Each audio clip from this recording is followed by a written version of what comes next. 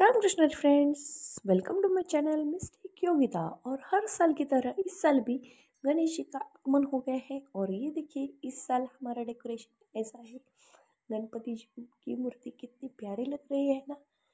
और इस साल ओवी ने ओवी के चाचा ने और ओवी के पापा ने तीनों ने मिलकर ये डेकोरेशन किया है। मैं तो स्कूल में थी और आज छुट्टी है मुझे। और ये देखिए, ये गणपति पापा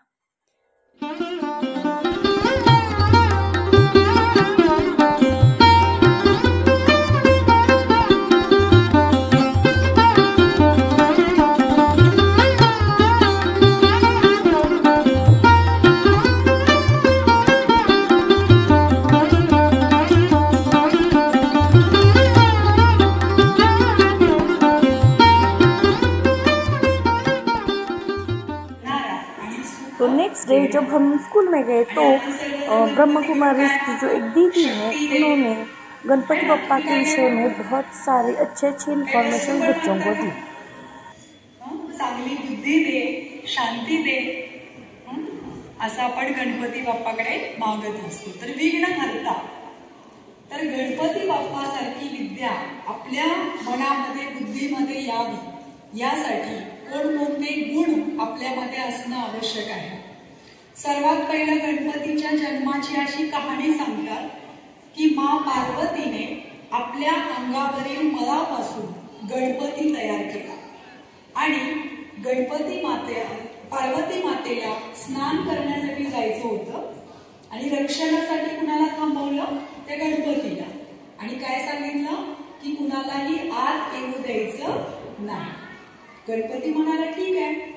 थोड्या वेळानंतर गणपतीचे पिताजी शंकरजी तपस्येला गेले होते। अनेक वर्षाची त्यांची तपस्या पूर्ण झाल्यानंतर ते पुन्हा आपल्या घरी आल्यानंतर गणपतीनं आपल्या पित्याला ओळखलं नाही आणि तो गणपतीनं काय केलं? शंकरजींना आत जाऊ दिलं नाही। मग शंकरजींना काय आलं? राग आला आणि त्यांनी रागाच्या भरात काय केलं? गणपतीचं मुंडकं उडवलं। ठीक आहे। आणि मग ते आत गेले। पार्वती देवीने विचारलं की तुम्ही आत कसे आला? तुम्हाला बाहेर थांबवलं नाही का? तर शंकरजी म्हणाले, हो, तो बालक, त्या बालकाने मला विरोध केला आत येण्यासाठी, पण मी त्याचं मुंडकं उडवलं। पार्वती देवी म्हणाली की तो माझा मुलगा आहे आणि त्याला तुम्ही पुन्हा जिवंत करा। शंकरजी म्हणाले ठीक आहे, आता जो पण इथून जाईल ना त्याचं मुंडकं मी गणपतीला लावेन। मग तिथून कोण चाललेला? हत्ती चाललेला। मग हत्तीचं मुंडकं त्यांनी काय केलं? त्या गणपतीला लावलं। मग असा हा मुलगा, याचा कोण याला मान देणार तुझ्यामध्ये? याला कोण स्वीकारणार? असं पार्वती देवी जेव्हा म्हणाली, त्याला शंकरजी काय म्हणाले? मी याला वरदान देतो की माझ्या सुद्धा अगोदर पूजा कोणाची होणार? श्री गणेशाची होणार। म्हणून आपण कोणतंही शुभ कार्य सुरू करतो त्याला पहिल्यांदा श्री गणेशाची पूजा करतो, आरती म्हणतो। तर पहा, या गोष्टीचा भावार्थ काय? सगळ्यात पहिली गोष्ट, आपल्या अंगावरती इतका मळ असतो का की ज्यापासून गणपती तयार होईल? नसतो। तर मळ म्हणजे काय? मैल। मैल म्हणजे विकार। आपल्या मनात काम, क्रोध, लोभ, मोह, ईर्ष्या, बदला याचे विकार आहेत ना, निगेटिव्हिटी, ती म्हणजे मैल आहे। तर त्या विकारातून आपला हा देह म्हणजे माती आहे, हा देह तयार होतो। आता काही ना आपल्या सुंदरतेचा, बुद्धीचा काय असतो? अहंकार, इगो। ठीक आहे। तर परमात्म्याने काय केलं? अहंकाराचं मुंडकं उडवलं। लक्षात आलं? अहंकाराचं मुंडकं उडवलं। असं म्हटलंय का की शंकरानं गणपतीची हत्या केली? हत्या केली नाही म्हटलं, काय म्हटलं?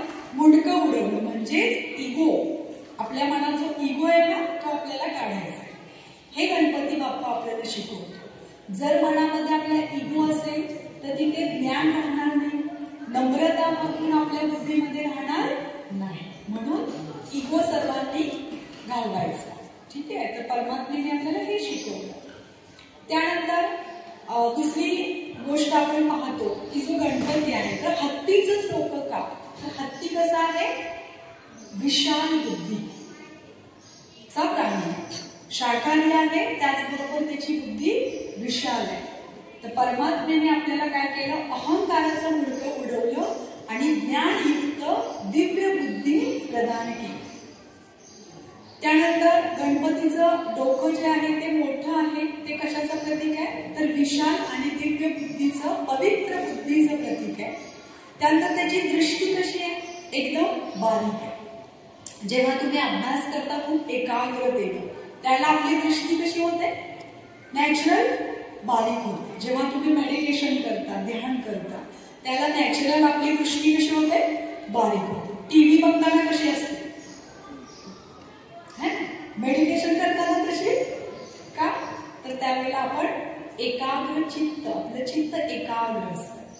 तर गणपती बाप्पा अभ्यास कसा करायचा, एकाग्रतेने करायचा. ठीक आहे. तर बारीक दृष्टी हे प्रतीक आहे एकाग्रतेचं. त्यानंतर कान कसे आहेत त्याचे, मोठे सुपासारखे, आणि तोंड कसं आहे त्याचं, छोटे. कम बोलना और ज्यादा सुनना, बोलायचं कमी आणि ऐकायचं खूप. ठीक आहे.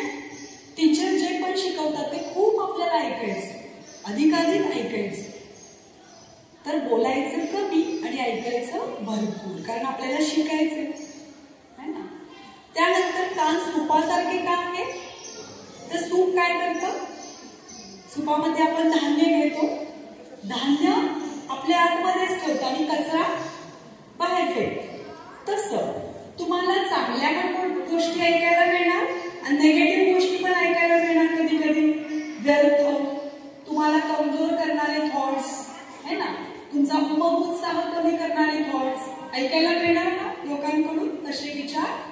पण जे नेगेटिव्ह आहे त्याला काय करायचं, बाहेरच्या बाहेर फेकून टाकायचं, कचऱ्याने आत घ्यायचं नाही. कारण एक कमजोर विचार तुमच्या कानातून इथे गेला तर तुमच्या इथे पण काय होणार, निगेटिव्ह विचार येणार, कमजोर विचार येणार. ठीक आहे. म्हणून व्यर्थ आतमध्ये घ्यायचं. मी आत्मा समजदार आहे,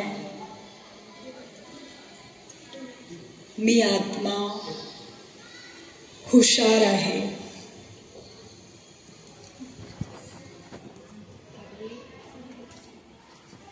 मी केलेला अभ्यास माझ्या व्यवस्थित लक्षात राहतो.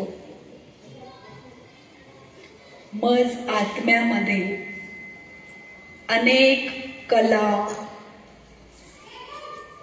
गुण, विशेषता लपलेले आहेत. मेडिटेशनमुळं मज आत्म्यातील कला, गुण, विशेषता जागृत होत आहेत.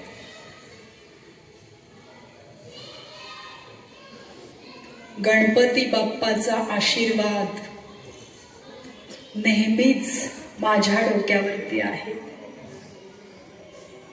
गणपती बाप्पाच्या छत्रछायेखाली